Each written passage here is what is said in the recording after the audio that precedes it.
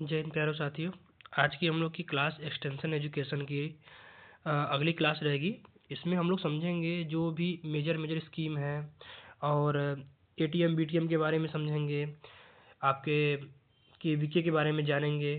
ठीक है, lab to land का एक प्रोग्राम है वह जानेंगे, आईसीआर क्या क्या एक्सटेंशन एजुकेशन के लिए कर रहा है वह जानेंगे, और टाइमलाइन जानेंगे कि एक्सटेंशन एजुकेशन स्टार्ट कब से हुआ और इंडिया में क्या इम्पैक्ट रहा। एक एक चीज़ जानेंगे।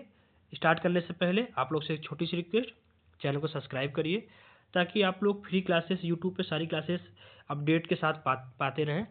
और दूसरा आपसे एक रिक्वेस्ट रहेगा कि आप सब टेलीग्राम ज्वाइन करें, लिंक डिस्क्रिप्शन में मिल जाएगा। देखिए टेलीग्राम पे हम लोग सुबह करंट अफेयर्स, उसके बाद क्यूज, उसके बाद टर्मिनोलॉजी, फिर क्यूज कराते हैं। पूरे दिन भर में इस तरह से आपका एक शेड्यूल बना हुआ है, ये डेली शेड्यूल है, इसमें कभी कोई लैक नहीं रहता, ये डेली अपने टाइमिंग होता है। ठीक है, सुबह 7 बजे आपको करंट अफेयर्स मिल जाते हैं, 8 से 9 के बीच में 8:27 तक आपको क्यूज मिल जाएंगे, 11 से 12 बजे के बीच में टर्मिनोलॉजी मिल जाता है, 5-6 इंपॉर्टेंट टर्मिनोलॉजी पे बात करते हैं हम लोग हैं, और फिर शाम को फिर 4 बजे आपको फिर क्यूज मिल जाता है। ठीक है, उसके बाद संडे को हम लोग मेगा टेस्ट करते हैं, सुबह के टाइम में मेगा टेस्ट करते हैं जो एएफओ और जो लेटेस्ट एग्जाम चल रहा है उसके पैटर्न पे रहता है। यह मोस्टली आपके 50 क्वेश्चन कराता है। ठीक है, और बहुत जल्दी उसमें हम लोग कुछ बुक्स इंपॉर्टेंट है, जैसे रेड्डी रेड्डी की बुक है, अरुकात्यान की बुक है, और नेमरा सुंडा की बुक है। उन सारे बुक को कंपाइल करके हम लोग वीक में 2 दिन मेगा टेस्ट 100 क्वेश्चन का, ये हम लोग अभी क्यूज बना रहे हैं। बहुत जल्द आप लोग को मेगा टेस्ट भी मिलना शुरू हो जाएगा। अभी आपको फिर भी मोस्टली आपको पर डे के हिसाब से आप देखें तो मान के चलिए कि 35 क्यूज डेली मिल जाते हैं, और संडे को ऐड कर देंगे तो संडे को दिन भर में 100 क्यूज मिल जाते हैं। ये आपको फ्री डेली मिल जाएंगे टेलीग्राम चैनल पे, इसलिए आप उसको जरूर ज्वाइन करिए। चलिए क्लास स्टार्ट करते हैं। सबसे पहले हम लोग देखते हैं टाइमलाइन क्या रहा है। टाइमलाइन इसलिए याद रखना जरूरी है क्योंकि इससे आप बहुत अपने आप को सिंप्लीफाई कर सकते हैं किसी भी चीज़ का। जैसे मान लो डोमेस्टिकेशन की बात करता है तो उसका टाइमलाइन याद करेंगे तो याद रखेगा कि पहला हम लोग का पेट कौन था, तो पहला पेट हम लोग का डॉग था। ठीक है, पहला हम लोग का डोमेस्टिकेट कौन था, तो वह सीप थी। तो इस तरह से एक टाइम लाइन के हिसाब से याद करोगे तो याद करने में आसानी रहता है, माइंड में एक मैप बन जाता है। इसी तरह से एक्सटेंशन का टाइमलाइन इंडियन के हिसाब से क्या रहा है। आईएडीपी ये कब स्टार्ट हुआ था? 1960-61 में। कब स्टार्ट हुआ था? 1960-61 में। देखिए 1960 मतलब लगभग लगभग सब लोग बोलते हैं, लेकिन इसका एक फिक्स टाइमलाइन बताया जाए तो 1960-61 के बीच में स्टार्ट किया गया था। First KVK 1973-74। तो फर्स्ट केवीके के बारे में थोड़ा सा समझ लीजिएगा कि जो केवीके है इसका बहुत इंपॉर्टेंट रोल रहा है। केवीके का मतलब होता है कुछ ऐसे सेंटर्स होते हैं जहाँ पर साइंटिस्ट होते हैं, कुछ एग्रीकल्चर के स्पेशलिस्ट वर्क करते हैं और अपने छोटे छोटे एरिया को डिवाइड करके उसमें कोशिश करते हैं कि साइंटिफिक और रिसर्चल प्रोग्राम को चलाया जाए ताकि फार्मर को तुरंत बेनिफिट मिल सके। केवीके के बारे में एक पूरी क्लास अलग से बनाया जाएगा जिसमें समझाया जाएगा। दूसरा IRDP integrated rural development programme, यह कब होता है? 1978 और 80 के बीच में स्टार्ट किया गया था। टी&वी प्रोजेक्ट ट्रेनिंग और विजिट के बारे में डिटेल में पढ़ेंगे अभी आगे थोड़ा भी इसमें टाइमलाइन याद रखिए। टी&वी प्रोग्राम जब था वो 1933 और 1973 और 74 के बीच में स्टार्ट किया गया था। फर्स्ट के वी के बता दिया आप लोग क्या। TRYSEM and land to land programme, TRYSEM 1979 में, और लैब टू लैंड प्रोग्राम 1979। देखो ईयर 1979 जो था ना, ईयर आईसीआर का जुबली ईयर था। जुबली ईयर का मतलब होता है 50 साल पूरा हो जाना। ठीक है, जुबली सेरेमनी करते हैं लोग, शादी के 50 साल पूरे होने के बाद एक जुबली सेरेमनी करते हैं। ठीक है, तो इससे हम लोग बोलते हैं 50 साल बीत जाना। तो आपको सबको पता है कि 1929 में हम लोगों ने आईसीआर की स्थापना हुई थी, और पहले से इंपीरियल बोलते थे, अब इंडियन काउंसिल बोलते हैं, पहले इंपीरियल काउंसिल बोलते थे। तो आईसीआर 1929 जब बना तो इसके 50 साल की जुबली पर हम लोगों ने 50 साल की जुबली पर क्या स्टार्ट किया गया था? आपका लैब टू लैंड प्रोग्राम। एक प्रोग्राम बहुत फेमस रहा है, SGSY। ठीक है, स्वर्ण जयंती ग्राम स्वरोजगार योजना 1999 में, ध्यान रखिए इस बात को। ठीक है, आत्मा तो आप सब लोग जानते हैं, एग्रीकल्चर टेक्नोलॉजी मैनेजमेंट एजेंसी। एक बात ध्यान रखना, आत्मा का फुल फॉर्म 2-3 एग्जाम में पूछा है। ठीक है, आत्मा का फुल फॉर्म जो है 2-3 एग्जाम में पूछा है, तो इसका फुल फॉर्म ध्यान है एग्रीकल्चर टेक्नोलॉजी मैनेजमेंट एजेंसी। ठीक है, मैनेजमेंट एजेंसी याद रखिएगा।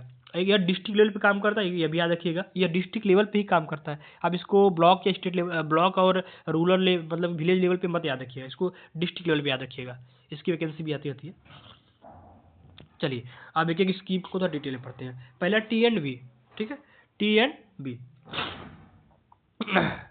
यह जो a system design to transfer new agriculture technology from researchers to farmer through और रिजिड शेड्यूल ऑफ विजिट। देखो था क्या कि हमारे पास कोई रिसर्चर है, वो रिसर्च कहाँ कर रहा है, लैब में कर रहा है, उसके पास नॉलेज है। फार्मर है, वो अपने गांव में अपने रूरल एरिया में खेती कर रहा है, इसके बीच में एक कड़ी हो सकता थी, ठीक है इनके। हाँ सर, सॉरी। देखिए इसमें क्या है, रिसर्चर और फार्मर के बीच में एक कोलैब करने के बीच विचार किया गया था कि जो रिसर्चर हैं, जिनके पास रिसर्च है, उन्हें फार्मर के पास पहुंचाया जाए। तो उसके बीच में किसने काम किया, एक्सटेंशन वर्क करने काम किया। इसलिए T&B का जो कंसेप्ट है वो बायो एग्रीकल्चर में पढ़ाता है कि रिसर्चर है, वो अपने इंस्टीट्यूट में है, वो अपने रिसर्च लैब में है, और ये फार्मर अपने खेतों में। तो इनके बीच में एक हम लोग क्यों ना कड़ी बनाए, ये कड़ी बनाए ताकि हम लोग को एक अच्छी नॉलेज मिल सके। तो इनके बीच में जो कड़ी बनाने का काम किया गया था वो T&B प्रोजेक्ट है, ट्रेनिंग एंड विजिट प्रोग्राम है। आगे पढ़ते हैं। इसके फाउंडर कौन थे, डैनियल थे, डैनियल बेनोर थे। ये डैनियल बेनोर कहाँ के थे, आपके ये इजराइल के थे। ओके, कहाँ के थे, इजराइल के थे। तो याद रखिएगा T&B प्रोग्राम में सबसे मेन भूमिका किसकी थी, डैनियल बेनोर की थी। दूसरा फर्स्ट ग्लोबल जो प्रोजेक्ट, ग्लोबल पायलट प्रोजेक्ट मतलब होता है पायलट, जैसे होता है नहीं कि स्पीड से करना। तो कोई जैसे एक छोटा सा एरिया ले लो, यहाँ पर कोई काम करो और इसका जो रिजल्ट मिले उससे अगले खेतों में ले जाकर काम करो, इसे पायलट प्रोजेक्ट कहते हैं या ड्रीम प्रोजेक्ट कहते हैं अपनी अपनी भाषा में। तो पहला प्रोजेक्ट आपको स्टार्ट किया गया था सिहांज तुर्की में। कहाँ स्टार्ट किया गया था, तुर्की में। चलिए आगे बढ़िए। T&B प्रोजेक्ट को देखो, ध्यान रखिएगा, यह स्टार्ट ग्लोबल कब हुआ था, 1973 में, और इंडिया में कहा था 1974 में। बहुत जबरदस्त डिफरेंस है, समझ में आ रहा है आप लोग को। यह दोनों क्वेश्चन पूछने का तरीका एग्जाम में बदल सकता है। अगर यह पूछे T&B प्रोजेक्ट कब आया था, तो वह 1973 में। अगर इंडिया के पर्सपेक्टिव पूछेगा तब 1974 में होता है। अगर 1973 और 1974 दोनों ऑप्शन दिया है और यह पूछे कि T&B प्रोजेक्ट कब लॉन्च हुआ था या कब आया था, तो 1973 ही आंसर होगा। क्योंकि अगर उसमें इंडिया का आंसर नहीं किया तो इसका मतलब वर्ल्ड लेवल पूछ रहा है वो है। समझ रहे हो आप मेरी बात, इस चीज़ को ध्यान रखना।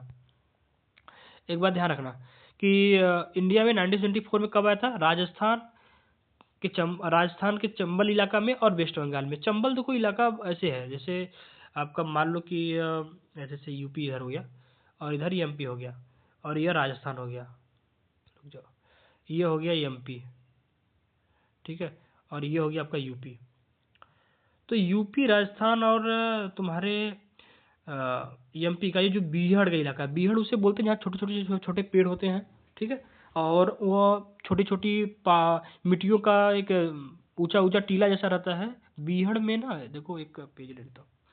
देखो जैसे मान लो कि इस तरह से अनडुलेटेड एरिया है, यहाँ यहाँ पे पेड़ हो गया, तो यह पेड़ का जो डेंस इलाका है, जो डेंस इलाका है, ये जो डेंस इलाका है, ये जो ये वाला एरिया बसता है, ठीक है, ये जो ये वाला एरिया बसता है और ये वाला एरिया बसता है ना, ये ऐसे डेंस ये हो जाएगा, ऐसे डेंस ये हो जाएगा। तो इसके अंदर जो ये वाला एरिया होता है, ये ऊपर से जब आदमी कोई देखता है, इधर से कोई देखेगा ना, तो इसको यहाँ पर कुछ भी नहीं दिखेगा, ठीक है, उसको यहाँ पे कुछ भी नहीं दिखेगा कि यहाँ पर क्या चल रहा है। तो इसी को हम लोग बीहड़ बोलते हैं, क्योंकि यह इतना इस एरिया को हम लोग बीहड़ बोलते हैं।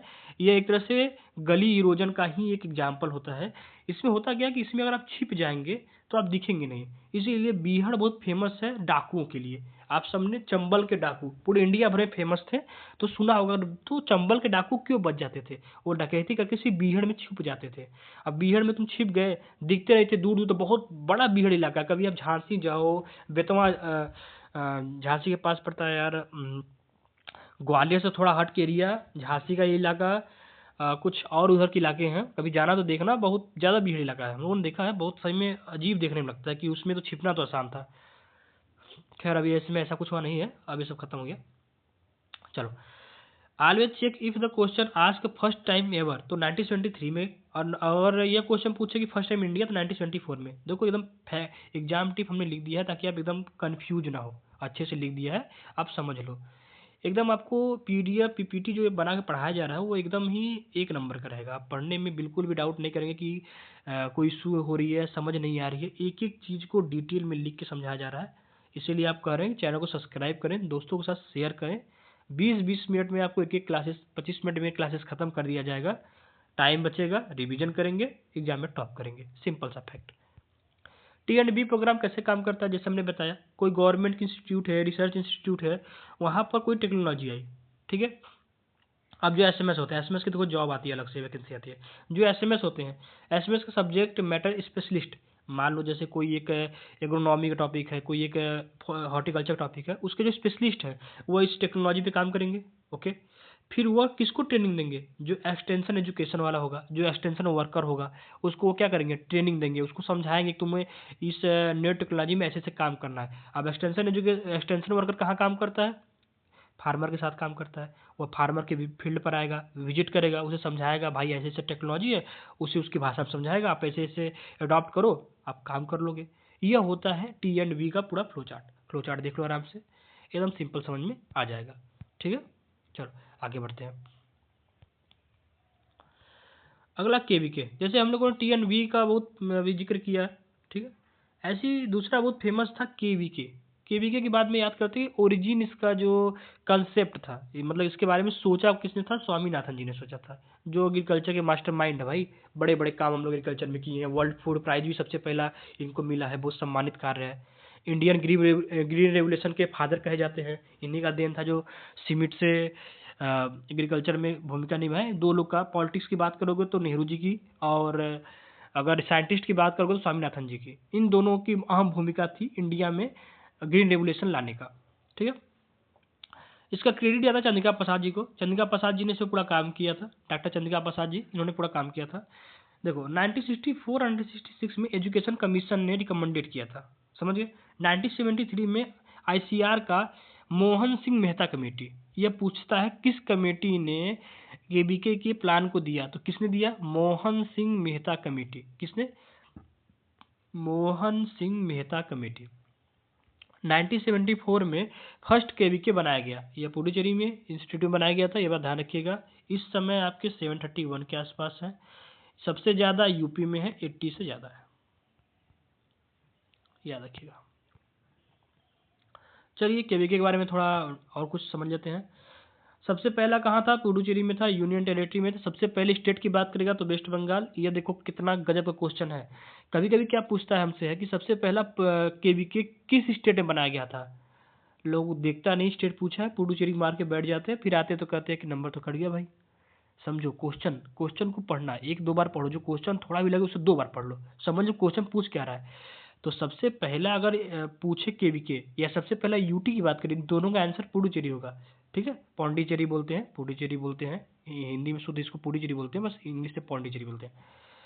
ये UT है, यह UT है, और यह TNU, तमिलनाडु एग्रीकल्चर यूनिवर्सिटी। अच्छा, TNAU के बारे में मैं बता दूं, इसके नोट्स मिलते हैं आपको ऑनलाइन। इसके नोट्स में बहुत अच्छे डिटेल में समझाए रहते हैं। कभी कभी कुछ अगर आपको कंसेप्ट नहीं समझा तो यहाँ पर वेबसाइट पे जाके इसके नोट्स पढ़ सकते हो, बहुत अच्छे रहते हैं। जैसे ICR का नोट्स होता है ना उसके बुक पे, ऐसे ही TNU का नोट्स भी बहुत अच्छा रहता है, डिटेल में समझाया रहता है। तो पहला देखो यहाँ पर हाईलाइट कर दिया, अगर पहला KVK पूछे इंडिया में तो क्या लगाओगे, पौंडीचेरी का। अगर पूछे कि पहला स्टेट में तो वह है वेस्ट बंगाल। डेट भी लिख दी है 1976, ठीक है। उम्मीद है आप समझ में आ जाएगा, डाउट नहीं रहेगा। चलिए KVK का डाटा देख लेते हैं। KVK क्या है, कोई यूनिवर्सिटी या इंस्टीट्यूट में ने KVK मतलब इनोवेशन किया और फार्मर ने उसे अडॉप्ट किया। इस बीच में कौन काम करता है, KVK, ठीक है। अब एक्सटेंशन एजुकेशन का सिंपल सा फंडा क्या है कि जो भी टेक्नोलॉजी है वो फार्मर के पास पहुंचाओ। सिंपल सा कंसेप्ट है ना यही, कि जो भी टेक्नोलॉजी है वो फार्मर के पास पहुंचाओ। तो यहाँ पर भी तुम देख रहे हो कि यहाँ पे कोई यूनिवर्सिटी ने इन्वेशन किया और वो फार्मर के पास KVK पहुंचा रहा है। तो KVK ने कैसा काम किया, KVK ने वही काम किया ना जो एक्सटेंशन एजुकेशन काम करता है। इसीलिए हम लोग KVK को एक्सटेंशन की क्लासेस से पढ़ते हैं। अब उम्मीद है क्लियर हो गया कि KVK को हम लोग क्यों पढ़ते हैं, ठीक है, ध्यान रखना। चलो इसके बारे में कुछ समझ लेते हैं। पहला, ऑन फार्मर टेस्टिंग, ठीक है। इसका क्या होता है, ऑन फार्म टेस्टिंग, OFT बोलते हैं, ठीक है।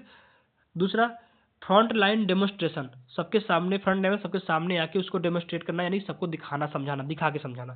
Capacity building, vocational training for farmers and youth, जगह जगह पे मीटिंग बनाना, जगह जगह पॉइंट बना के लोगों को इकट्ठा करके उन्हें वोकेशनल ट्रेनिंग करना, उन्हें समझाना। एक थोड़ा डाटा समझ लो, 732 आपका केवीके है, 731 और 732 के बीच में रहता है, मतलब श्योर मैं भी नहीं हूँ उसमें हूँ, देख लेना अपना डाटा, बट कोई नहीं, अभी 731 मान के चलो, इतना एग्जैक्ट नहीं पूछता है। आत्मा के बारे में देख लेते हैं। जैसे पहले ही बताए थे, आत्मा जो होता है वो डिस्ट्रिक्ट लेवल पे काम करता है। Agriculture technology management agency, agriculture technology management agency, बार बार बता रहा हूँ, आत्मा का फुल फॉर्म रट्टा मार लो, पूछता है डायरेक्ट। उस समय तुमको 3-4 ऐसे दिए रहेंगे विकल्प, सभी सेम लगेंगे, थोड़ा सा डिफरेंसेस रहेगा। ओके, ऑपरेशनल लेवल क्या होता है, डिस्ट्रिक्ट लेवल पे होता है। अभी प्रेजेंट टाइम में 684 डिस्ट्रिक्ट्स को कवर कर रहा है। इसका काम कैसा होता है, देखो, जैसे आत्मा हो गया, अब आत्मा डायरेक्ट फार्मर से, डायरेक्ट एनजीओ से, डायरेक्ट पंचायत से, डायरेक्ट प्राइवेट सेक्टर से, डायरेक्ट जो भी मतलब कि कोई छोटी मोटी कंपनीज है अपने जिला में, इन सबसे डायरेक्ट कोलैब करके उनसे डिसीजन मेकिंग करता है। मतलब कि जो डिसीजन है उसको डिसेंट्रलाइज करना। सेंट्रलाइज का मतलब क्या होता है, हायरकी, उसके नीचे हायरकी, उसके नीचे हायरकी, उसके नीचे हायरकी। तो ये सेंट्रल में बैठ गया, ये लो में बैठ गया, तो कोई भी अगर मैटर आएगा तो यहाँ से ऐसे ऐसे होते आएगा, तो इसको सेंट्रलाइज करते हैं। डिसेंट्रलाइज का मतलब होता है कि यह व्यक्ति जो है ये डायरेक्ट इससे मिल सकता है, इससे होता है डिसेंट्रलाइज करना। ठीक है, तो इसकी काम क्या है, आत्मा हम लोगों ने बनाया क्या है, आत्मा का काम क्या है, वो ट्रेनिंग देने का, डेमोन्स्ट्रेशन देने का, और कुछ फार्मर्स को अच्छे काम को प्रमोट करने के लिए 10 से 50 हज़ार रुपये एक मतलब कह सकते हो कि इनाम देना उनको। ओके, कि आपने अच्छा काम किया, ताकि वो करेज करके अपने आप को थोड़ा और काम करें। ये आत्मा का काम होता है। आगे समझते हैं आत्मा फंडिंग पैटर्न। आत्मा फंडिंग पैटर्न कैसी है, अगर यूटी है तो 100%, ठीक है, अगर यूटी है तो 100% सेंट्रल गवर्नमेंट, और अगर स्टेट है, जो स्टेट एरिया है, हिली एरिया है, वहाँ पर 90% गवर्नमेंट और 10% आपकी स्टेट ऑन करती है। नॉर्थ ईस्टर्न जो इलाका है, 7 सिस्टर्स, और जो हिली इलाका है, और जो राज्य जैसे आपके यूपी बिहार है, यहाँ पर 90% सेंट्रल गवर्नमेंट और 10% स्टेट गवर्नमेंट ऑन करती है। ठीक है, कुछ और समझो। Will some general state follow 60-40 exam of an ask about 90-10। तो एक बात ध्यान रखना कि यह कुछ स्टेट में थोड़ा कंफ्यूजन रहता है 60-40 का, कुछ में 90-10 का, इसलिए एग्जाम हमेशा पूछा हुआ क्वेश्चन आज तक है कि आत्मा कितना परसेंट यूटी में फंडिंग करती है, तो 100% याद रखना। एक बहुत लवली सा एक स्कीम और था, लैब टू लैंड प्रोग्राम, इसको वो भी समझ ही लेते हैं। लॉन्च कब हुआ था, 16 जुलाई 1979, बता दिए हैं, 50 साल की गोल्डन जुबली पे हुआ था। इसका ऑब्जेक्टिव क्या था, transfer low cost agriculture technology to the poorest section of the farming community. जो फार्मर हैं उनके पास सस्ते से सस्ते, मतलब एकदम कम कास्ट में जो फार्मर एडॉप्ट कर सके, जो गरीब फार्मर कम्युनिटी वो एडॉप्ट कर सके, ऐसी टेक्नोलॉजी को पहुंचाना, उसका मेन फोकस था लैब टू लैंड प्रोग्राम का, लैबोरेटरी से डायरेक्ट लैंड तक पहुंचाना। ठीक है, टारगेट कौन था, स्मॉल फार्मर, मार्जिनल फार्मर, या जो एकदम लैंडलेस लेबर्स हैं, इनका टारगेट था। ठीक है, गोल क्या था, सोशियो इकोनॉमिकल इम्प्रूवमेंट थ्रू लो इनपुट टेक्नोलॉजी। ओके, चलिए आगे देखते हैं। रूरल डेवलपमेंट, ठीक है, रूरल एम्प्लॉयमेंट डेवलपमेंट स्कीम्स, कुछ स्कीम चलाई गई थी जो कि युवा हैं उनको हम लोग डेवलपमेंट करें, उनको हम लोग करेज करें, ताकि आप कुछ काम करें, कुछ एग्रीकल्चर में अपना योगदान दें। तो उसमें 2 स्कीम बहुत फेमस आई हुई थी, एक स्कीम थी ट्राइसेम और एक इससे IRDP। ट्राइसेम में क्या था, training of rural youth for self employment. एक बात ध्यान रखना, इसकी एक टारगेट थी, ये 18 से 35 साल के लोगों के लिए ही था। TRYSEM, training of rural youth for self employment, एक एग्जाम में पूछा हुआ था, ये कब आया था, ये ध्यान रखिएगा, तो 1979। ठीक है, 1979 में। मोटो क्या था इस एग्जाम का, लर्निंग, सॉरी, इस स्कीम का learning by doing. Learning by doing समझ लो, जैसे हम खेती कर रहे हैं, ठीक है, तो इस पर हम इस सब लगा रहे हैं, तो इसके करने से हम जो सीखेंगे उसे कहते हैं लर्निंग बाय डूइंग। ठीक है, जो हम करने सीखेंगे उसे कहते हैं लर्निंग बाय डूइंग। इसका गोल क्या था, टेक्नोलॉजी, उसका गोल था technical skill for self employment. जो भी आपके रूरल एरिया के यंग हैं जो कुछ काम नहीं कर रहे हैं, उन्हें टेक्निकल स्किल दो, ताकि उनके पास अपना खुद की खेती करके उनके पास एक स्कीम हो जाए, उनके पास एक काम हो जाए। आगे IRDP, integrated rural development programme, यह कब आया था, लॉन्च हुआ था 1978, फुल्ली इम्प्लीमेंटेड, और यह 2 अक्टूबर 1980 को फुल्ली इम्प्लीमेंटेड हो गया था। इसका टारगेट क्या था, बीपीएल वो होते हैं जो बिलो पॉवर्टी लेवल, यानी कि जो आपकी गरीबी है उसके भी नीचे जो जिंदगी जी रहे हैं। जैसे पहले व्हाइट कार्ड आता था, फिर अंत्योदय कार्ड आने लगा, और अब पता नहीं किस स्कीम से आता होगा वो कार्ड, ऐसे ऐसे अलग अलग स्कीम होते हैं। तो जो गरीबी रेखा से भी नीचे जीते हैं उनके लिए IRDP टारगेट था। इसमें क्या था, मर्ज, ये क्या किया गया, मर्ज इनटू SGSY स्वर्ण जयंती ग्राम स्वरोज योजना जो थी इसी के अंदर जोड़ दिया गया ताकि यह और अच्छे से इम्प्लीमेंट हो सके। एक IADP था, इसके बारे में जानते हैं, ये क्या था, इंटेंसिव एग्रीकल्चर डिस्ट्रिक्ट प्रोग्राम। ठीक है, इसका क्या ऑब्जेक्टिव था, rapidly increase food production by concentrating resources in high potential areas. जैसे मान लो ये पंजाब है, तो पंजाब की इस एरिया में पता है कि वीट बहुत अच्छा हो रहा है, तो हम लोग सीड, फर्टिलाइजर, जो भी पेस्टिसाइड है, वीडिसाइड है, उन सबको इस एरिया में इस तरह से लगा दो कि यहाँ पर हम इंटेंसिव एग्रीकल्चर कर सकें और यहाँ पर हम ज़्यादा से ज़्यादा प्रोडक्शन ले सकें। मतलब वहाँ जो भी चाहिए उस एरिया में प्रोडक्शन के लिए उन सब की एबिलिटी जो है बहुत अच्छी करें ताकि उसको प्रोडक्ट उसमें हम लोग ज़्यादा से ज़्यादा फूड को ग्रो कर सकें। इसे ही कहते हैं intensive agriculture district programme, IADP। तो इसका लॉन्च ईयर याद रखना बस 1960-61। हाँ, एक ये भी कि इनिशियल स्कोप में 7 डिस्ट्रिक्ट्स में लॉन्च किया गया था, ये याद रखना। चलो एक क्विक रिवीजन कर लेते हैं। ठीक, पहला क्या था, IADP 1960-61 में आया था। पैकेज 7 डिस्ट्रिक्ट के आसपास में बांटा गया था शुरुआती फैक्ट में। TNB 1973 में वर्ल्ड में और 1974 में इंडिया में। डैनियल बेन्योर इनके थे जो कि इजराइल के थे। डैनियल बेन्योर कहाँ के थे, इजराइल के थे। पहली बार कहाँ लॉन्च हुआ था, टर्की में लॉन्च हुआ था। KVK क्या है, 1974 में पुडुचेरी में या पौंडीचेरी में vocational training on farming testing के लिए होता है। KVK में मेन भूमिका किसकी थी, चंद्रिका प्रसाद की थी, डॉक्टर चंद्रिका प्रसाद की थी। मास्टरमाइंड कौन थे, आपके स्वामीनाथन जी थे। IRDP 1978-80। ठीक है, IRDP 1978 में लॉन्च और 1980 में इम्प्लीमेंट। ठीक है, ट्राइसेम 1979।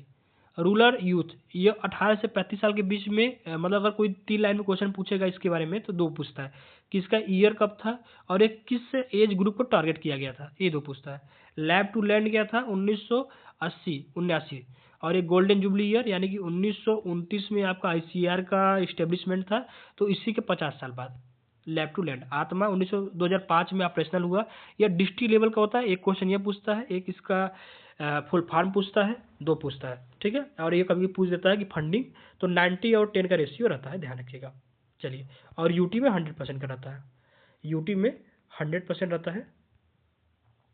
स्टेट में आपका 90-10 का रेशियो रहता है। उम्मीद है समझ में आ गया होगा। बहुत शॉर्ट फॉर्म में एक छोटा सा क्विक रिवीजन हम ले लिए हैं। ठीक है, उम्मीद है आपको क्लास बहुत अच्छी लगी होगी। चैनल को सब्सक्राइब करिए और अपने दोस्तों के साथ शेयर करिए। और फिर से कहेंगे, आप लोग टेलीग्राम को जरूर ज्वाइन करिए। टेलीग्राम में आपको बहुत अच्छे से क्यूजेज कराए जा रहे हैं। टेलीग्राम की लिंक डिस्क्रिप्शन मिल जाएगा, ज्वाइन जरूर करिएगा टेलीग्राम। धन्यवाद।